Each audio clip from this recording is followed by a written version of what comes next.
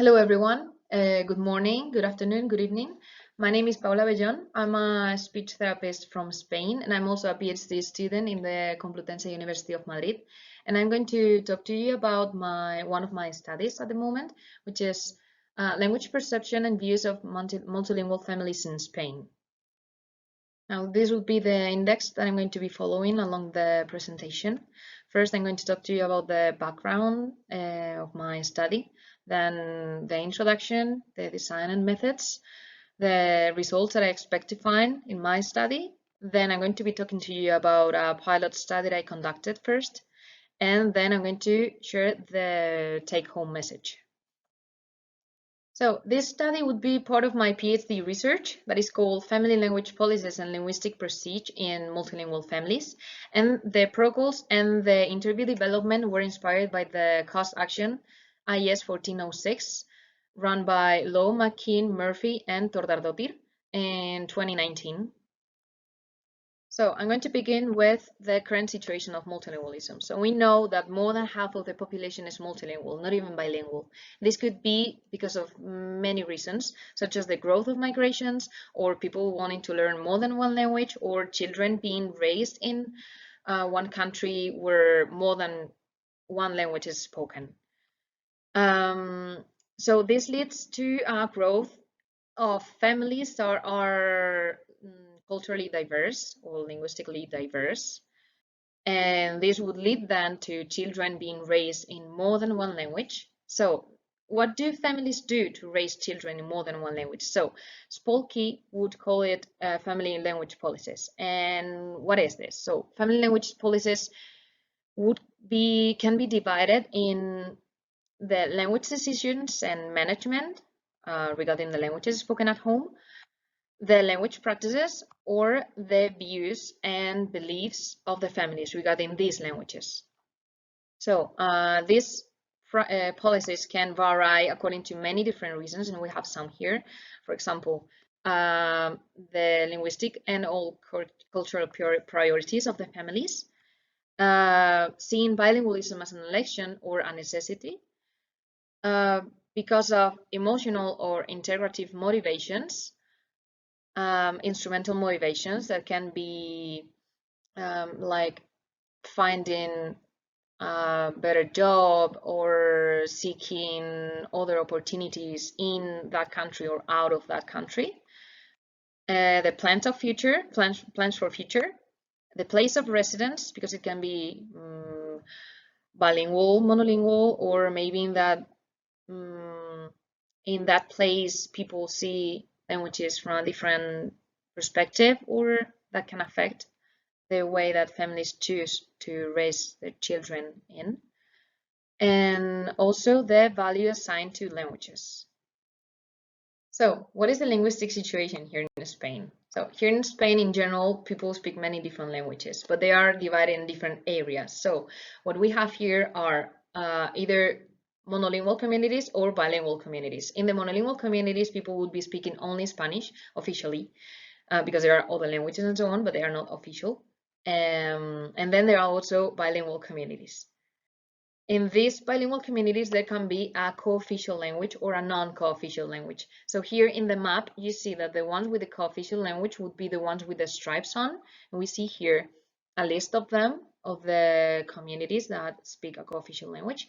And in this arrow, you see the languages that would be spoken there. And then there are also some other communities, the ones with the dots there instead of stripes, that speak a different language apart from Spanish, but it's not co-official. And those would be Asturias and Aragon.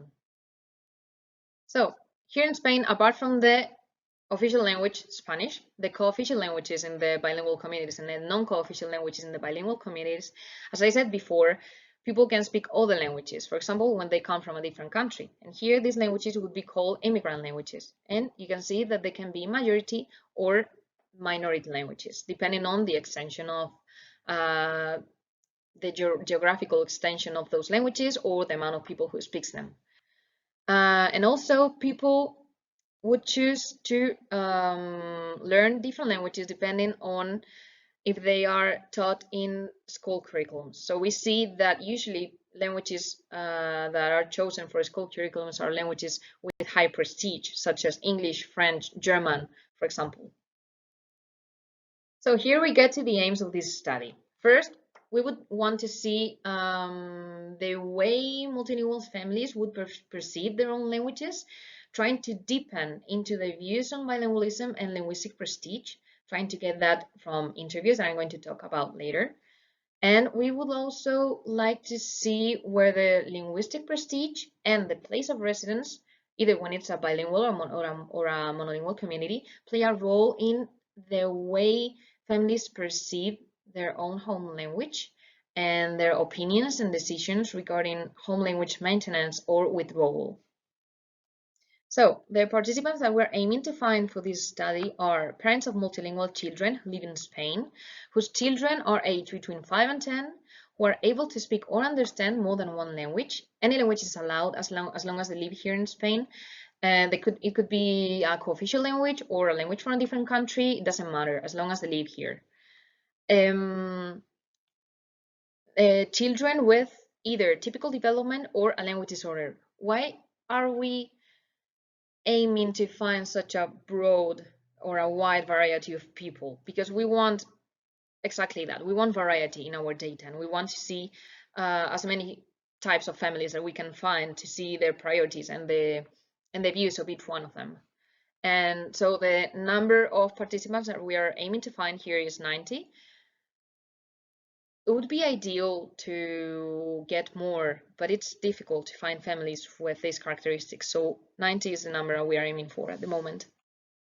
And to do that, we are conducting qualitative semi-structured interviews, and then we are sending online questionnaires to the families. And the analysis that we are going to do in this study are thematic analysis to deepen into the family's perspectives and experiences, and a quantitative analysis that will be secondary to establish relationship between the study variables. Now, the interviews of this study would give us qualitative data about the families with open-ended questions that would have some cues and probes to get more in-depth information about what the families are trying to say, and we would get some details about their opinions and their views on what we're asking. And then the questionnaires would follow a 5-point Likert scale, but would have both qualitative and quantitative information. And they have closed affirmations about the information that we are trying to get, with a space afterwards to add extra information and explanations in case they want to say something else, or maybe something that is not in the questions and the affirmations of the questionnaire. And since the affirmations are closed and they only have to choose their answers, the information is not going to be as deep as with the interviews. But still, the objective of the questionnaires is to complete possible information that it might be missing from the interview, since it's going to be very open. And so the questionnaire would help establish also a relationship between these variables that we are studying.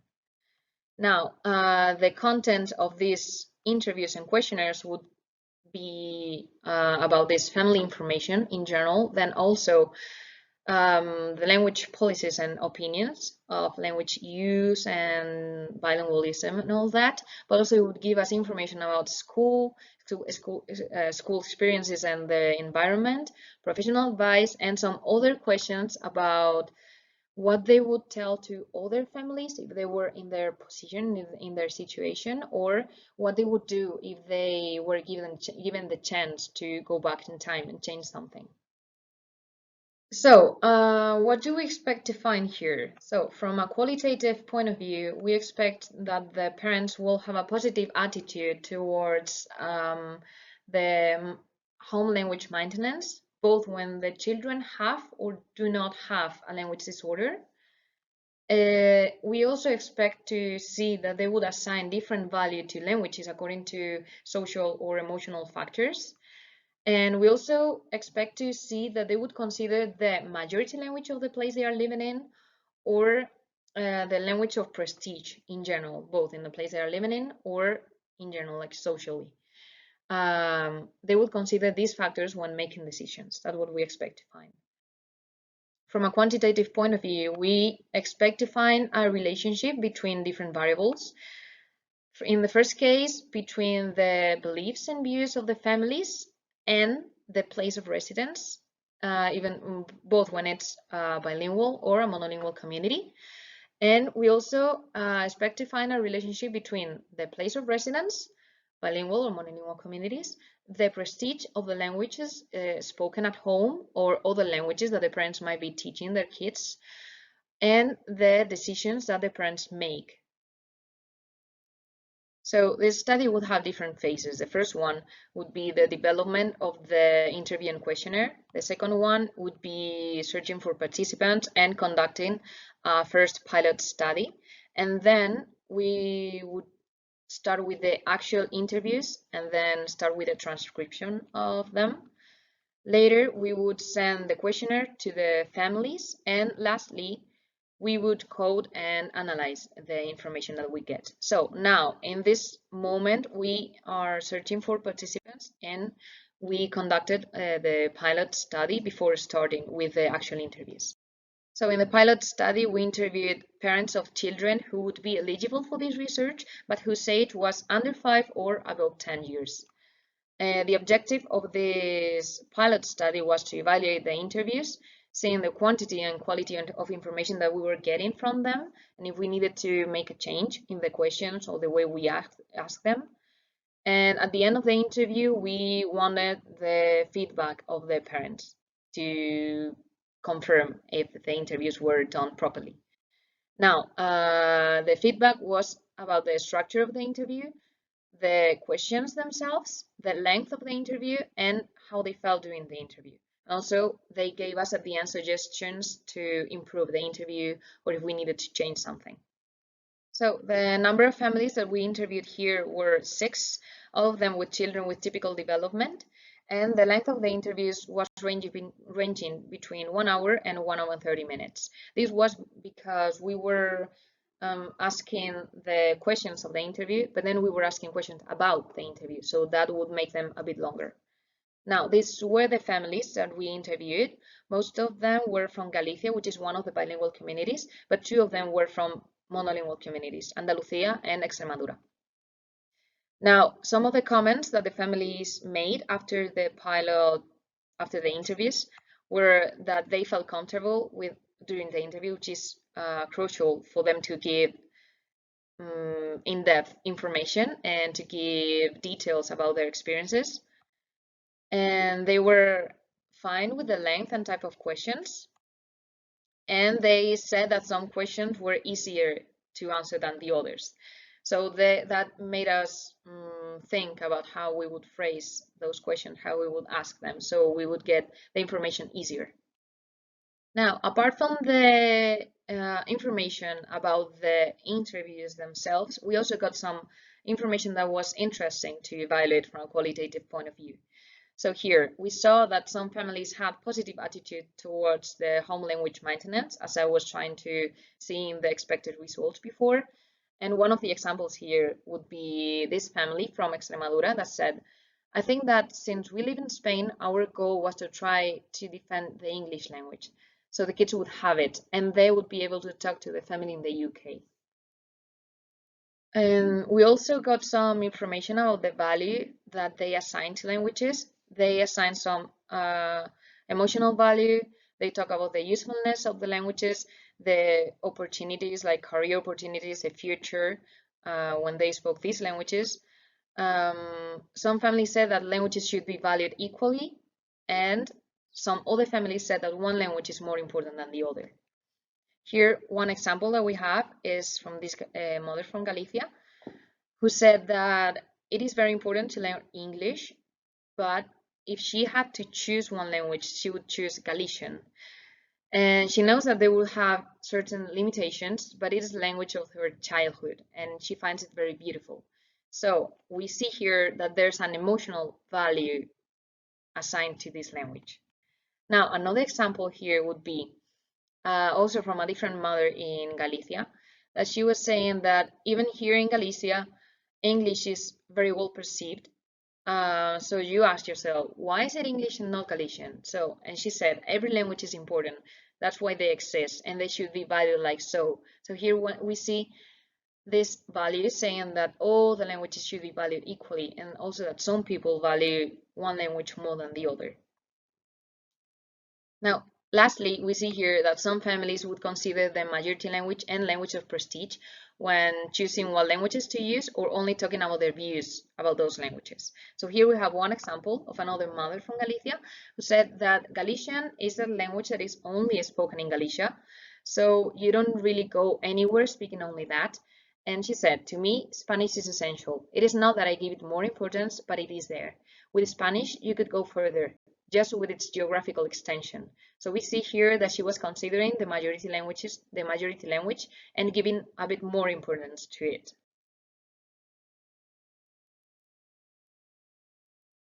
So to sum up, we see here that the pilot study was aligned with the objectives and aims of this study, of the main study, and it gave us useful information about the content of the interviews. We saw an overview of the family's perceptions. We saw that the results of the pilot study were aligned with the qualitative expected results and the research questions, but we don't have yet enough data to generalize the results. So we need to continue with the main interviews and the whole sample. So what can we get from here? This study will help us understand the way that families perceive and experience this linguistic situation, depending into their opinions, their views, their perceptions and priorities, and learning about the way that they live that situation. And it will help us establish relationship between those views and variables that they do not have control over, such as the place they live in. Because these families, the way that they perceive bilingualism or the linguistic situation might not be the same if they are in a monolingual community or if they are in a bilingual community. And why is all this information important? Because these families, at some point in their lives, they might be in a situation where they need professional advice, and these professionals do not always have the tools to help them if they are not in a bilingual community. So by knowing this information from these families, they can get a profile of the clients they might work with, and by having that, they can adjust their practices to each one of the cases and to each one of the families. And since they do not always have these tools, this information will be useful to develop them. So these professionals can use them to get the information and to adapt the practices to each one of the families they are going to be working with. So what can we do in the future? It would be interesting not only to study the views and perceptions of parents, but also to deepen into the views and experiences of children who have been raised in a bilingual setting. So that way we would have information about the family as a whole, not only part of it, because the priorities and the experiences and the way that they live the linguistic situation might not be the same for parents than for children. So it would be interesting to deepen in that too. It would be interesting too to say the views and experiences of professionals who work with bilingual families, deepening into the difficulties that they might find when they work with these families. What do they need to improve the working environment, and what strategies they might think of to overcome this situation when they find these difficulties. And it would be also interesting to do some follow-up studies comparing different countries, not only doing it, for example, this one is in Spain, but it would be interesting to see how it changes in different countries, or even if it's in one country, maybe having a wider sample so the results can be generalized. So here are the references that I use for this study, and you can check them if you need some more information. So thank you very much, everyone, for listening. You have here my contact, you have my email, but if you have any question now, I will be more than happy to answer them. And if you have something to tell me afterwards, you can send me an email anytime. I will read it and I will reply to them.